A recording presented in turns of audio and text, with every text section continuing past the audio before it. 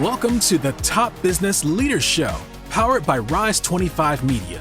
We feature top founders, executives, and business leaders from all over the world.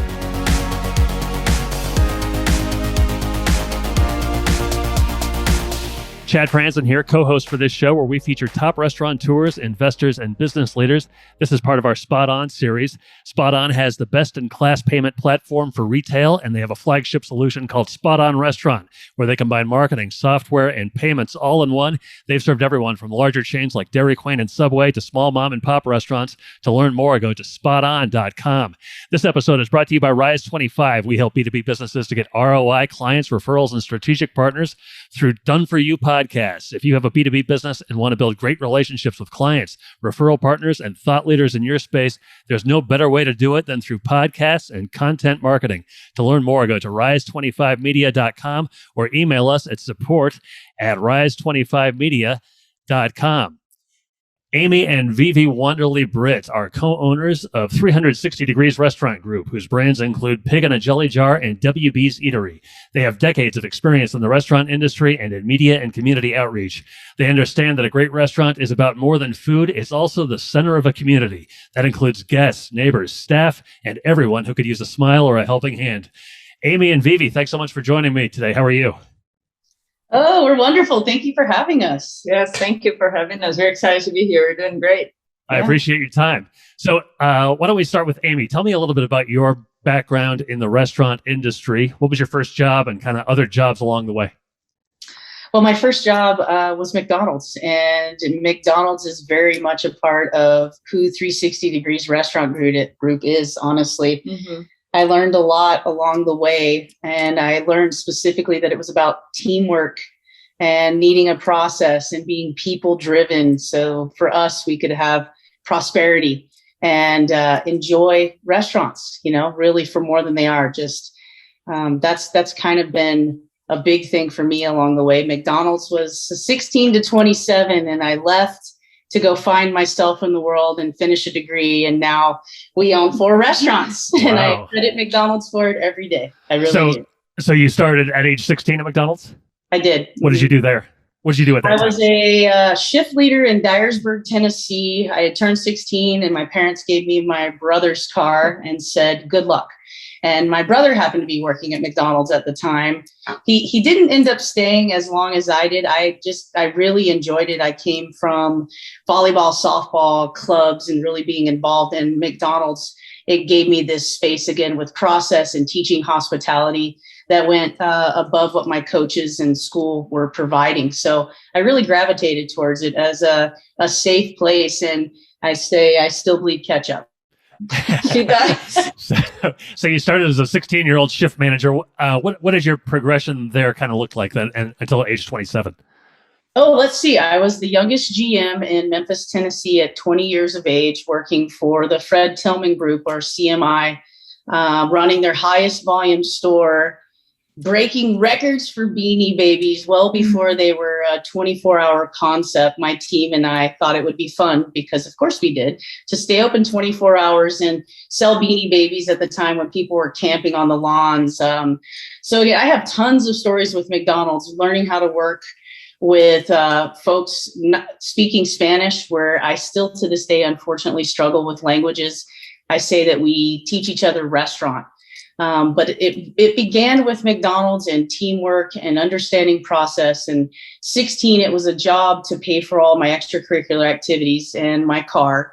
20 ended up being a semester that I was going to take from school that became 7 years and deeply involved, again, bleeding ketchup, running their highest volume store. Years later, having a better understanding of what I really was doing with my role and responsibility. We were a test market store. So I got to see lots of new technologies and innovations. And the thing I try to work on with our teams is to really have them pay attention to why they're doing what they're doing, because I promise you, it's going to come back at some point in your life. And what task we may find mundane in our work today, who knows? It might just be the exact thing that helps you run your businesses. And that really is how we talk at 360 Degrees. It is telling the story that I'm from McDonald's. It's telling the story that I stepped into management, honestly, because I didn't enjoy the management style of the folks in front of me in the beginning. And I thought, I come from being a captain of a volleyball team and a softball team. Maybe there's another way that we can communicate with each other and still keep this fun. I will say, probably as I've gotten older, and even at that age, I'm not sure I'm the fun equation all the time at work. I really know that I'm not. I think my skill set is working with others and helping them see what I already see in them and kind of getting them moving on a process of what is it that you want to do with your lifestyle? Is it, why are you drawn to hospitality? All these things that were brought up for me that honestly, it didn't come to really a good understanding until I met Vivi. I think I too went through a period of time where I became disenfranchised in the industry, even as the owner, and creating 360 and beginning to work with Vivi and do something more myself than just operate really started to change my perspective. And it was happening just before COVID. So a lot of things got to change for me, but the industry itself, it's McDonald's, it's ownership.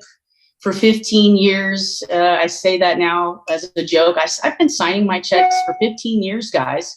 And if I can do it, y'all can do it. And she says I shouldn't say that it's that, easily done. And I'm not. I'm saying it's sweat, it's hard work, it's smile through it.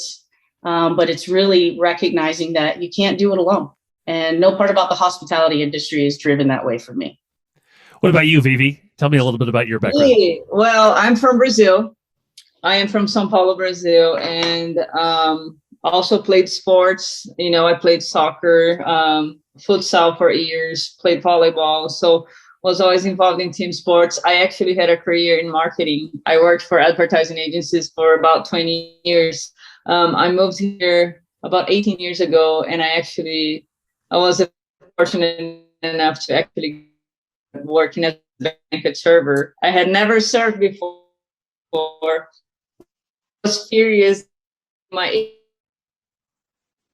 I told him, it's a way for me to really learn the language, learn the culture, and eventually I'll get back to my field. And I really enjoyed, working for the Marriott and learning more about hospitality. And then I went back to working at agencies in media.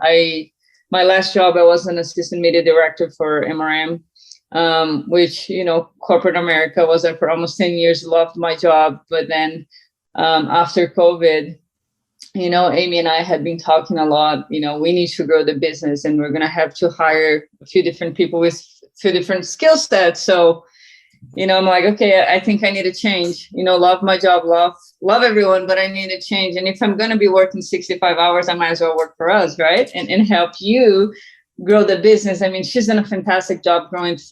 I mean, we have 4 restaurants, and 360. So she has done an amazing job, and it's so much. So we made the decision earlier this year that, I'm like, okay, I'm done with corporate America. I'm going to become a business owner with you now, because I always helped. We've been together for 7 years, and I always helped a little bit, on the sidelines. But now it's like, no, now I have time and I can dedicate. So I moved over to oversee marketing and also community partnerships. We are looking into more and more, how do we get involved with the community through social initiatives, but also through partnerships. So that's my role. And I'm learning so much on the operations side. People think that having a restaurant is all about just cooking good food.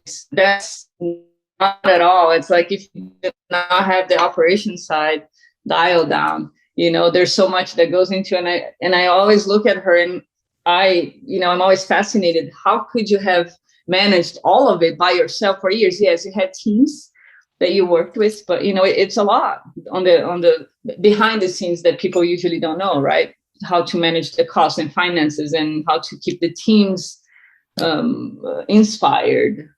So I'm loving it. I'm learning every day. I'm like, wow, it's like the whole other side of the business that I didn't know, and it's a challenge, and I love a challenge. I was a soccer player.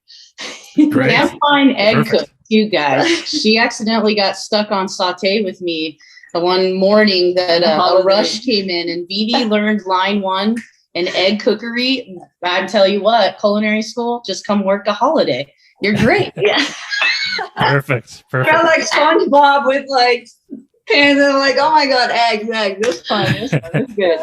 It was great. So just from my research, I can tell that you guys prioritize a lot more than just food. Amy, how did the restaurant group kind of come about? 360 Degrees Restaurant Group, in my mind, I wanted to bring the concepts together to be more than just your day-to-day operation of restaurants. Because as what I was saying before, I had a moment where I wasn't enjoying the creativity, my staff. It seemed like this was a passing point, as oftentimes the restaurant industry does. You're either trapped by it or passing through it, had been my experience for an extended period of time. And creating 360 was, how can we inspire ourselves and others when the day-to-day of operations becomes a bit mundane? So 360 Degrees, and really working with Vivi, who again is, we say it's the departments of I will teach you how to feed yourself, and Vivi runs the department on feeding others. And I mean, it's a nice way of saying I am very process driven. I understand I'm about the team and in the background. And how can we inspire people? Well, we have a 4-step growth model with 360, and that's where it starts coming from. Again, how do I start where I came from McDonald's, take the journey of life, end up owning 4 restaurants, and still say, through a fire, a flood, and now a pandemic, we can do more. We can be more, and we can do more. And our growth model that Vivi and I helped work on, it starts in operations with me. And then the second department, when you're ready to lower your hours in operations or the restaurants, then you can move over to the creation team, which is our marketing and our social initiatives. We have the street team. And then we also have content managers, and we have a whole lot of folks working in the background to drive social media for us. And we're kind of growing those initiatives from folks, again, who were started cooking chicken and waffles and taking orders and running food in the window. So now you go to creation department if you're inspired to do so. We were able to create the third department, which is innovation, and that's our products and services. We took beyond merchandise and we created boxes where Vivi sells them on the corporate side, B2B. And then we also sell them within our market space that we converted, instead of just having a restaurant and a waiting area, and going above from merchandise. So we have folks that sell CBD, for example. Our WB's Eatery is a cannabis lifestyle concept, starting with a white labeled CBD. And we have folks on our team that move over and work on wholesale and work on the boxes, the Bud box, or perhaps the Good Day Sunshine pack. The last and the fourth in the growth model is ownership and investment. And I try to make sure, as we're growing our new teams, administrative side, captains, we're rebuilding the whole foundation in truth, but we're 10 years old and you can't stop. So when I say ownership and investment, it's ownership in yourself and ownership in others, and we can invest in one another. Some of those can go a step farther in conversations that we call snapshots, a visualization of how can we help you. And this is where the partnerships will come in and an investment idea. Some folks on our team want to license a pig in a jelly jar or a WB's Eatery, and we would love to see that. And then there's others, again, that want to partner on a product or service. We have a couple guys on our team, for example, that have turned one into Jesse the Banana Bread Boys, partners on a banana bread using our blueberry lavender jam as an example. And then another, Devin, wanted to do drag full time. And Vivi immediately, yay, that's great. Let's do a drag show. And for Amy, how does this work with coaching and training in a growth model? Well, Sequoia now holds 2 shows, one for each concept. We have a Wigs and Pigs, as well as a Wigs and Brunch. And now Sequoia no longer works for us at 360, but partners full time doing shows all over town. So to me, we accomplished it again. We'd like to hold you a little bit longer on our team per se, but to watch drag shows grow throughout Salt Lake and Ogden, and start with, someone just saying, I'm stranded from New York and I love making waffles for you, but what I really want to do is drag full time. And I've talked too much. I want to bring her in because this is really where Vivi bridges that gap in partnerships, aside from just what we do in our teams at 360. Sure. Vivi, yeah, if you could just tell me a little bit more about WB's Eatery and the restaurant part and the lifestyle part. So yeah, WB's Eatery, it's a lifestyle concept. It is, we say it is more than a restaurant, it's a lifestyle, because besides serving food, we have our CBD oil that Amy mentioned. It is an isolated hemp oil, and we sell the hemp oil, and it comes from a wellness side of things, right? We have a non-alcoholic, a whole non-alcoholic cocktails that we serve, because again, it is a cannabis lifestyle, and if you're going to medicate, you probably don't want to mix two substances, right? You don't want to medicate and drink alcohol, but also it's an option for what you drink when you're not drinking. If you want to go out and you're driving, you want to have a craft cocktail. Well, we work with amazing non-alcoholic spirits. We have non-alcoholic tequila, rum, whiskey, bourbon, what else? Gin. So we really developed craft cocktails. And you don't have to have the alcohol if you don't want to, or, you can have one full proof and one zero proof. So for us, WB's Eatery is beyond just a restaurant where you can go and have great food. I mean, the menu is very simple, is approachable, because we are inclusive in our, we are exclusive in our inclusivity. We want everyone to feel welcome. We have a drag brunch. We have a African-American jazz band that plays once a month there. And we also have our social. We used to call it social. We had to change it to WB Social because our website got shut down left and right. There's a lot of words that you can't say, which maybe we've already messed up and shouldn't have said it on your show. We don't know. I think it's okay.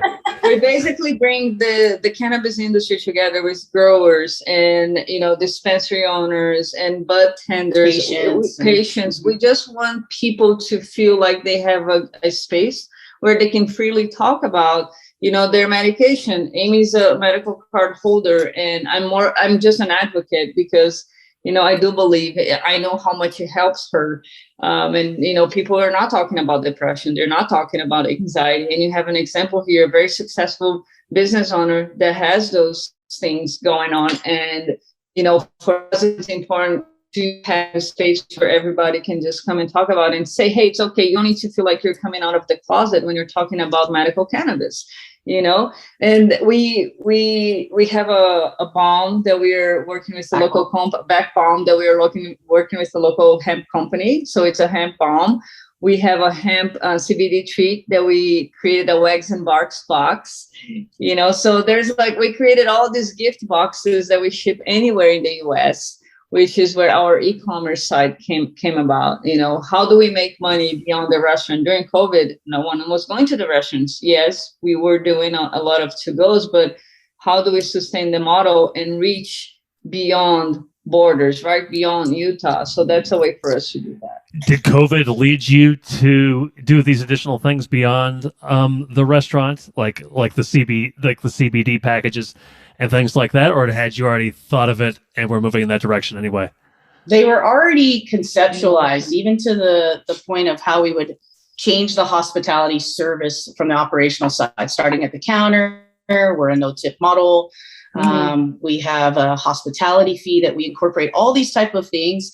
We make the joke that I must have been divinely inspired in my notebooks, because what really drove it was finally taking a course with Goldman Sachs in truth and understanding that restaurants have a 4% profit margin on average, and then experiencing COVID, and all in the same time trying to conceptualize WB's Eatery, which was a casual vibe, a place to kick back and chill. But what are the multiple streams of income to build within a concept to help an owner sustain when inside dining is very hard to grow? However, due to COVID and everybody at the same time switching to e-commerce and online, I'm going to tell you the experience I had as a small business owner with no tech savvy. It was harder than putting on a chicken suit and swinging a sign on the sidewalk to bring people into shop. It still really is. And that's the component also where Vivi coming over from corporate, again, it is to help with our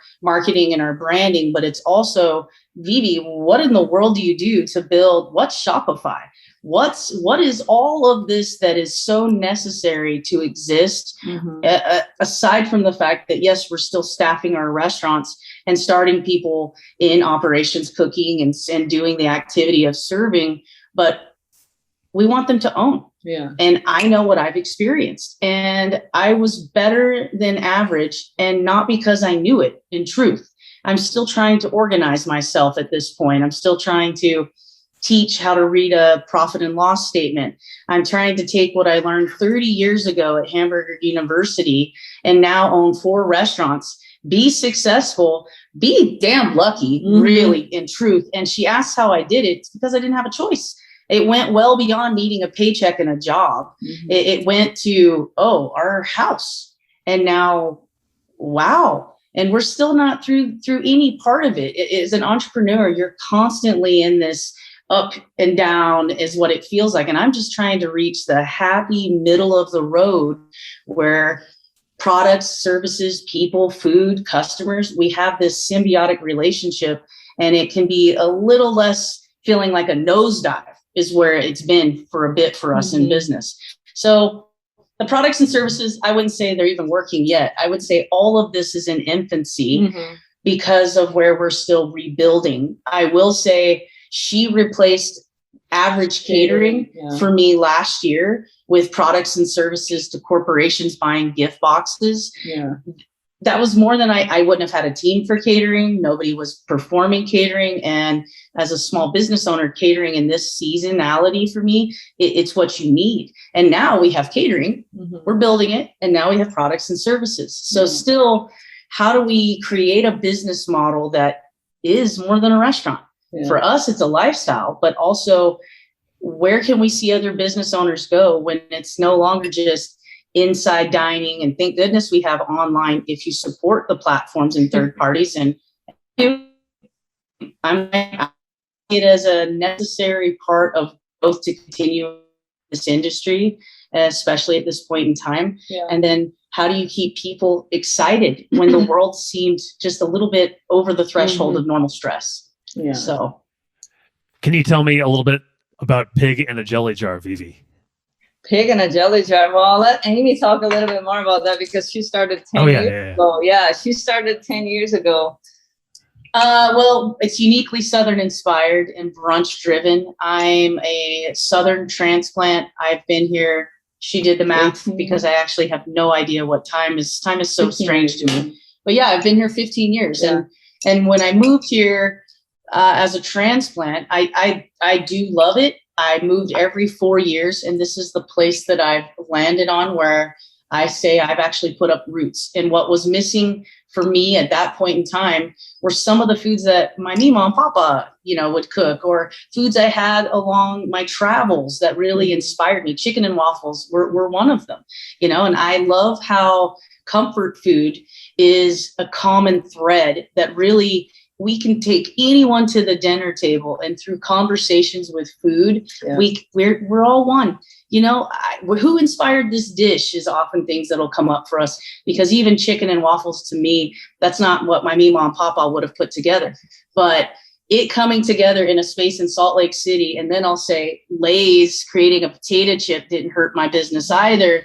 We've always been just sort of a beer for breakfast, Waffle House inspired concept. And that's what it is. That's where my dad would take me, the Waffle House. And I thought someday if I open a restaurant, I want breakfast whenever I want it. And that's really where Pig began.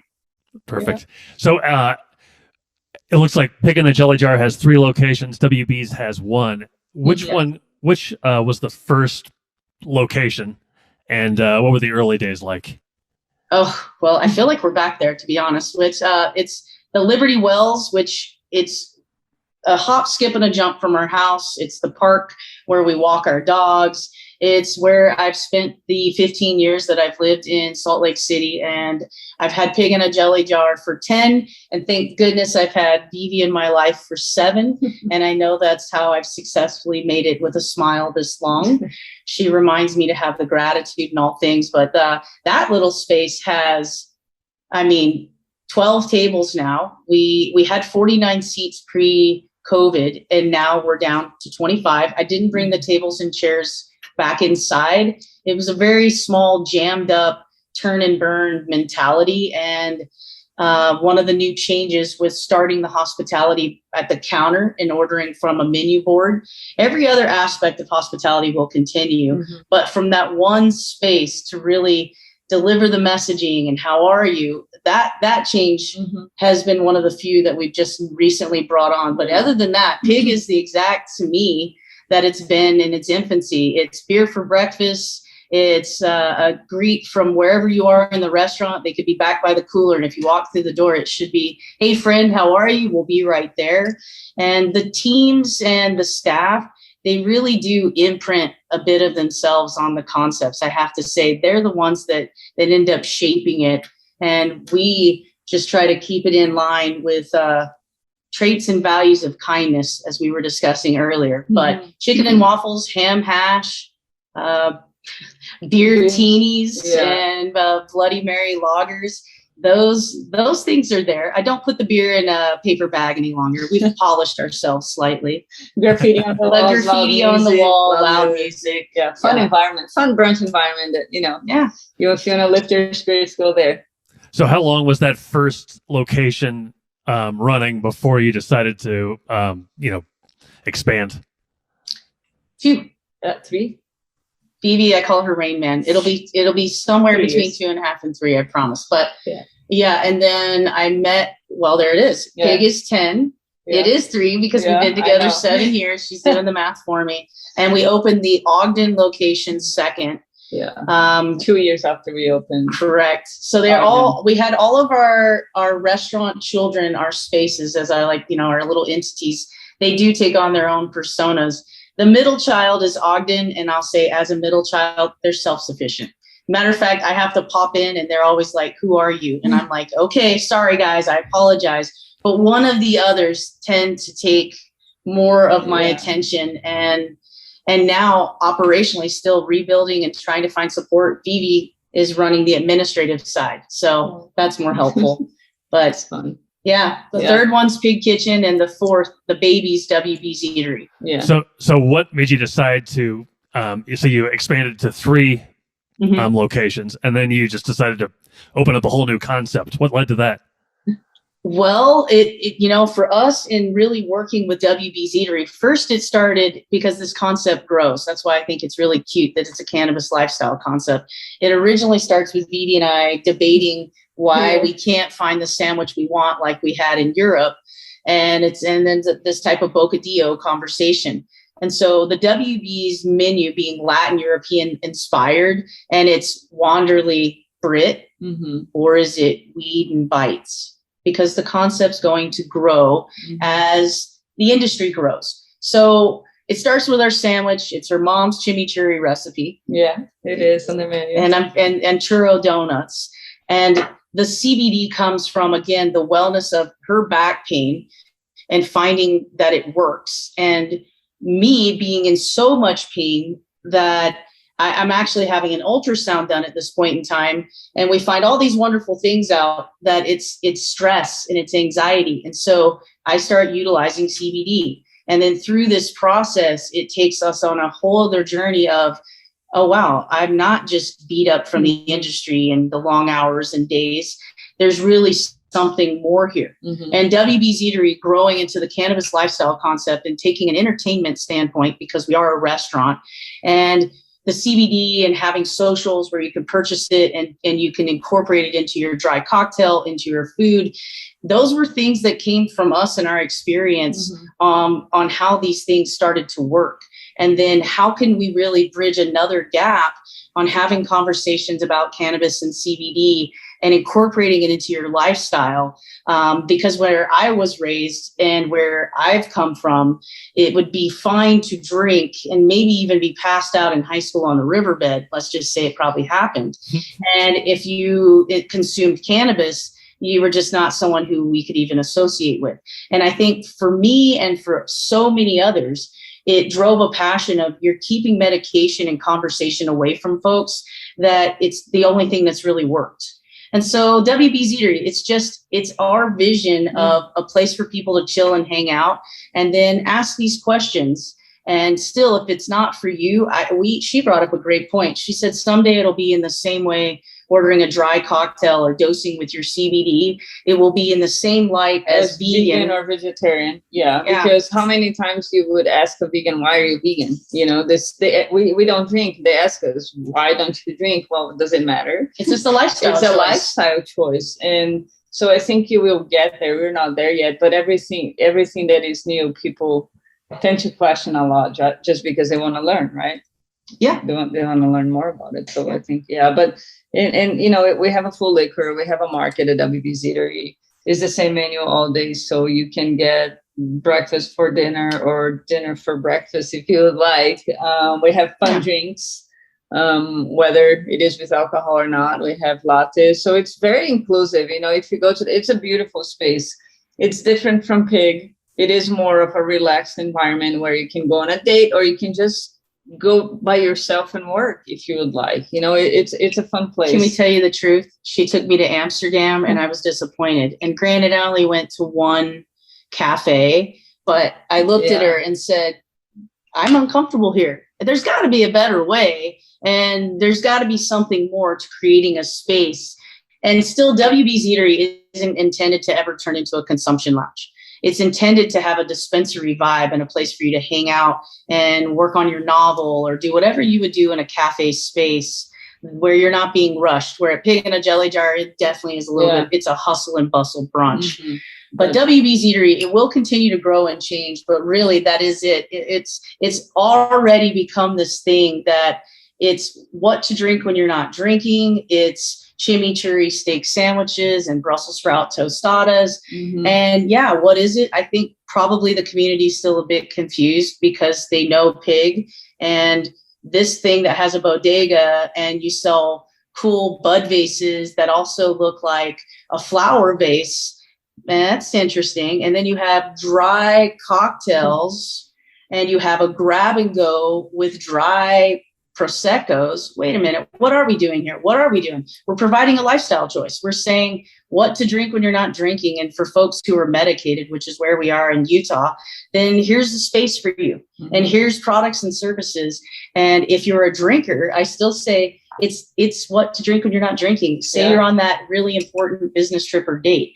In the old days, it's very easy for me to have overconsumed due to my nervous habits. But if this had been an alternative, I think it would have allowed me to take recreation back under a level of control instead of over medicating and then really not even understanding why I'm doing what I'm doing because I'm just having another drink.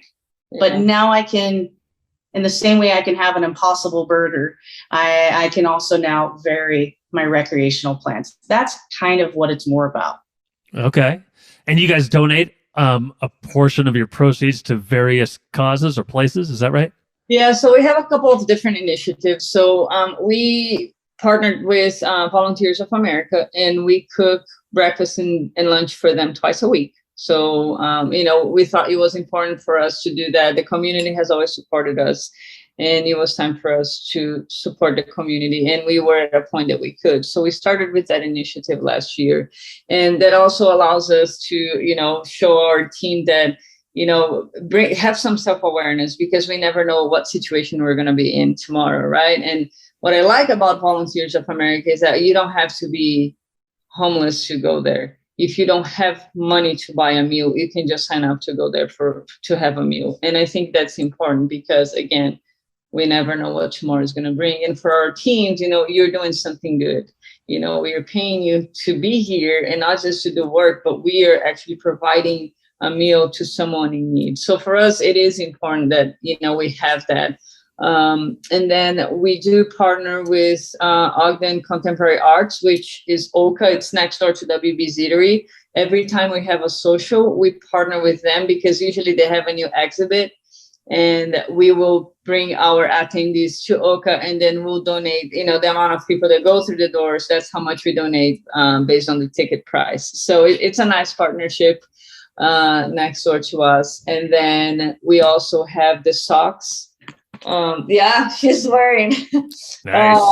I was like, you're not going to talk about our socks? I'm going to talk about the socks. The socks, socks. For every pair of socks we sell, we donate one. This one is the Aiken for Bacon socks. So, again, we donate to a shelter. We've donated over 300, I believe. And we just started this last year. So we are also partnering with a few different organizations on the non-kill shelter side, because parts of our coffee sale proceeds will go to them. Coffee and jam. And with the partnership we did with Jesse, the Banana Bread Boy, we used to have a scholarship for our restaurants that we actually had, we put a pause on during the pandemic, but now we're bringing it back. So with the sales of the bread, we're going to take 10% and we're going to put towards the 360. Still the piggy bank. Yeah. I was like, I get we're 360, but still it started with pig. It's the piggy bank scholarship fund that, still we're trying to do something different here, moving away from the way the industry is operated by letting our teams, we say we're hiring entrepreneurs, innovators, and trailblazers. We're no longer hiring chefs and servers. And it is a new way of looking at a hospitality model that's 10 years old. I get it. But, what we're saying is we can do more. You can work for an hourly paycheck. And that's what we have them. We're between 12 and I don't know what the scale will change currently. Yeah, it's getting up there. But we're like 12 to 2250 and we're offering 401k and we're looking to hire entrepreneurs that want to partner and really bridge the gap of small business to opening more concepts together and working in conjunction instead of considering each other as some type of sort I'm looking for a competition. Really, we're not a competition. We're all in it together. And that's the main thing that I learned from all of this over the last few years is even in the tipped model, it's 10 people working on a team to deliver one plate, not one person. And, in Utah, they're paid $213 hourly plus tips. So that was never really a sustainable model for people to see this as a career opportunity. It just doesn't bring it forward. 360 degrees and offering hourly paid and utilizing a hospitality fee, which, I guess that is a forced, if you want to put it that way, a hospitality fee 15% is utilized to offset our staff's now income, increasing them from 213. It's also taken away from having their worth of table and doing all the things that happen with who works in the kitchen and who works in the front. We have 7 positions and everyone has to learn every 7 positions in the store. If you're a hospitality friendly folk, then you're going to start in the kitchen and you're going to start with process. And if you're a person who is a little bit shy, we're not going to put you out of your comfort zone to make you, not enjoy your space. We're also saying cross utilize each other. There, you can work with less. We can achieve more. You can increase your wage based off what is your value. 7 stations, leadership, which our leadership style is how can I help? Because we found a tendency for folks who share a commonality of our traits and values, not wanting to lead. Yeah. And that's a hard one for me. I don't think, including myself, I didn't want to lead at 20. There was something that I was called to do because I felt we could do it differently. And all that was be kind and work in a team and trying to get people now versus even 2 years ago to work through their anxieties and say, leadership is how I can help.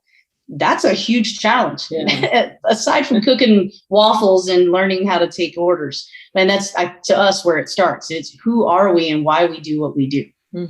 Okay. Last question for you. I know you don't have to be in Utah necessarily to consume some of your offerings. Where can people find out more information about your restaurants and maybe what can people get online if they check out your websites? Sure. So you can go to WB's. It's www.wbseatery.com. You can take a look at our menu there, but also there's a shop tab where you can take a look at what we sell. Our Good Day Sunshine Pack. It's like a cute way to bring a smile to someone with our coffee. We have our coffee brand and our jam and our waffle mix. So we ship those anywhere in the US. And we have a couple of other gift boxes too. So on the shop tab, you can learn more about it. If you're a corporation, you can email us and we'll work directly with you. We make it very easy for corporations to send gifts to clients or employees.